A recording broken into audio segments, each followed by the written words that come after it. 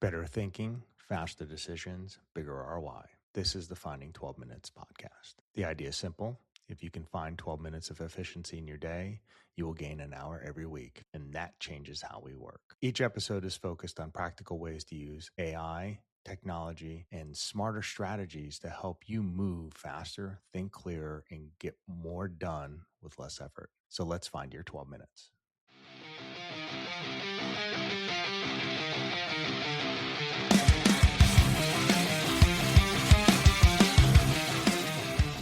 I want to focus this week's topic on this concept of the diffusion of innovations theory by Everett Rogers. I know that the theory focuses mostly on societies, but there is a strong relationship or connection back to the whole concept topic of finding 12 minutes, mainly because it explains why AI adoption feels so uneven in most organizations. For those that don't know, Everett Rogers' diffusion of innovations theories explains how and at what rate new ideas, technologies, or practices would spread through a social system or society. So the question then comes back to, does this apply to businesses? And I believe it absolutely does apply to businesses.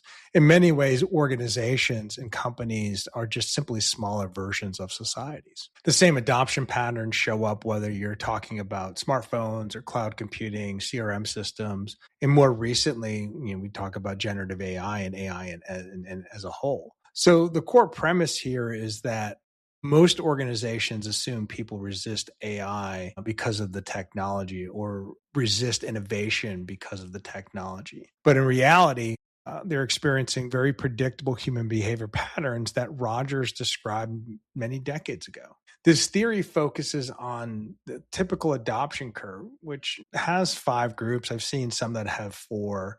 But these groups or stages really kind of fall into this concept of innovators, early adopters, early majority, late majority, and laggards. In a business, these groups are easy to spot. Innovators are the employees that are already testing new AI tools before any policy exists. Early adopters are the respected leaders who see business value and become champions in that technology. The early majority waits until they can actually see proof. Prove to me that it can work. Prove to me that it is a solution that is going to make my job easier, and then I'll adopt. The late majority waits until everyone else is doing it. So they're going to wait until the last possible minute, and once everyone else does it, then they'll do it. And then the laggards are basically often end up adopting the technology when there's really no alternative. You're not giving them any other choice but to accept the technology. And that's where you're going to find your laggards. So the interesting connection back to the Finding 12 Minutes is that most AI initiatives fail because the leaders focus on converting the late majority first rather than empowering the innovators or the early adopters. If we take this into consideration, this is why innovation feels like it's slow. And there's slow adoption, there's slow uptake, lack of use cases. There's so many other things that are happening, but we're not actually feel like we're making progress when it comes to innovation, technology, or even artificial intelligence. And so typically this works a couple ways, right? One way is that leadership announces the AI. 10 people immediately start experimenting with it. Those 10 people immediately just start diving very deep into using the technology, trying to figure out best ways to do it. The other 500 employees do nothing. Leadership interprets this as a failure. I would think that Rogers would call this to be normal. This is basically normal behavior. So this is why pilots matter. Innovation creates use cases. Early adopters create success stories. Early majority adopts proven solutions. Most organizations skip the first 2 steps and try to force enterprise adoption. And I think that's where you see a lot of friction and a lot of failure. The hidden risk is basically over managing innovation. Looking back at a previous episode, I think it was episode 11, we were discussing that the whole concept of innovation management that ties directly into this concept. Too much governance is going to kill experimentation. Too much governance is going to feel like you're putting too many rules on this. Why would I use this? But conversely, when you think about that, too little governance creates chaos. And the challenge is creating enough freedom for the innovators to maintain enough structure for the early majority. So this also explains why I said this in the previous episode that AI adoption is looking very inconveniently human. Many executives expected AI adoption to happen like a software deployment. I buy the licenses, I turn it on, everyone uses it.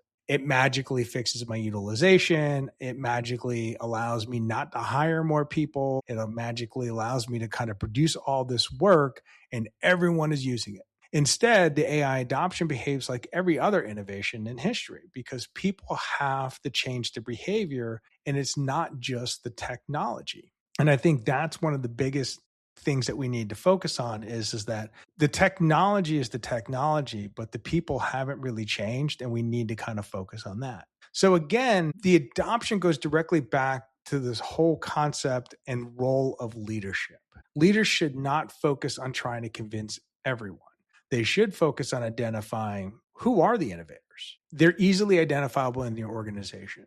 Where are those innovators? And tapping into those individuals. Who are the early adopters? The people that are not necessarily on the cutting edge of innovation, adopting new technologies that would come out immediately, but someone who would actually get in there pretty early once it's proven in some form or fashion. Then you have to start asking yourself questions like, okay, so what do success stories can they create? How do we scale those wins? And I think that is the big win in all of that is that thinking it from that perspective of who are those people on the front end that can actually help me create success stories, and then turning around and taking those success stories and scaling them across the organization to create more wins.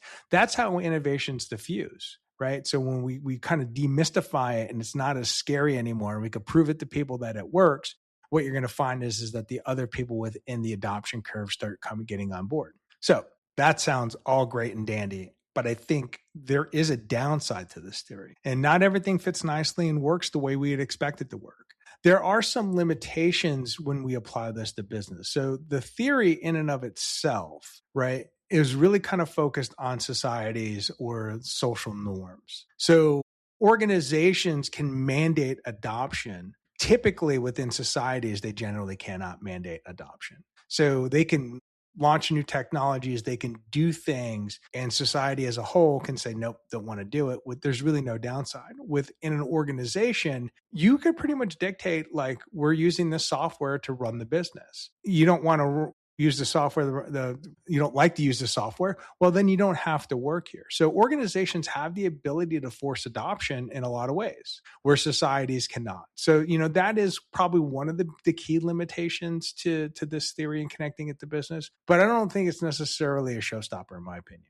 Regulatory requirements can also accelerate adoption. So when you think about like the EU and you think about what's happening in the US on social media, these regulatory things that come across can basically force technology to behave in a certain way, basically through laws. And so that can force adoption. One of the things that came up recently is that I think the EU is mandating that all cell phone manufacturers people should be able to replace their batteries. They don't need to go take it somewhere to replace a battery. So that's going to force or accelerate adoption with basically user serviceable equipment. So it is fascinating that regulatory requirements can force that adoption. Executive sponsorship can also compress timelines. If leadership is bought into this and there's budget and there's time, they can actually increase and compress when things are adopted and how fast. In society, you cannot do that. Right. So if you can't mandate it and you can't really accelerate it, there really is no executive sponsorship. Outside of that, your timeline is your timeline. It could be short, it could be very long, but inside a business, you can compress it. And then at the end of the day, when you think about that for a second, if you really wanted to kind of get people to do what you want in terms of adoption, you can incentivize them. So businesses can incentivize people to move faster versus natural adoption. So when you think about societies, there's adoption, things that happen naturally, but there's really no incentives for the most part. The government's not paying people to do things. Society's not paying, your neighborhood is not paying you to do something, but a company can do that. So, however, even with mandates, actual usage still tends to follow the adoption curve. So even if you force people to do things within a business, doesn't necessarily mean that you're going to compress the adoption curve. It tends to still follow that curve. That curve does not seem to deviate very far. So people may be logging into your your AI tool, Copilot at ChatGPT or whatever it is, because they're told to, but may use other AI tools with or without permission. They may not do. They may just log in and do the bare minimum. And it's not really about adoption. It's all about usage. Yep, I logged in. I used it. I checked the box. So to me, that's not adoption. That to me doesn't mean that they've truly adopted it. It just means that they've used it. So if you're talking about adoption, I'm purposely integrating it into my workflows, purposely integrating it to things that I do. That's adoption. Me just logging in to check the box so that when you check you see that I logged in, and then that's not adoption. So wrapping this episode up on just a closing thought. Most organizations try to accelerate AI adoption by buying more technology. Rogers would argue that they should spend more time on trying to understand their people so that they can actually modify the behavior through the proper incentives and to actually have real adoption. So innovation is rarely failing because the technology isn't good enough. It's not that AI is not good enough. It's just humans aren't adopting it in the same way that we would anticipate that they would want to adopt it. So this usually fails because the organization is truly underestimating how long it takes for humans to change. And this idea aligns nicely with the broader Finding 12 Minutes theme that if we focus on small wins and build momentum, we let the adoption spread through demonstration rather through executive mandates. This mirrors that whole concept of start small, win big, and this philosophy behind those 12 minutes. So my suggestion is again, find that problem, build those use cases, and the adoption will follow through your organization and you will find those efficiencies. Talk to you next week.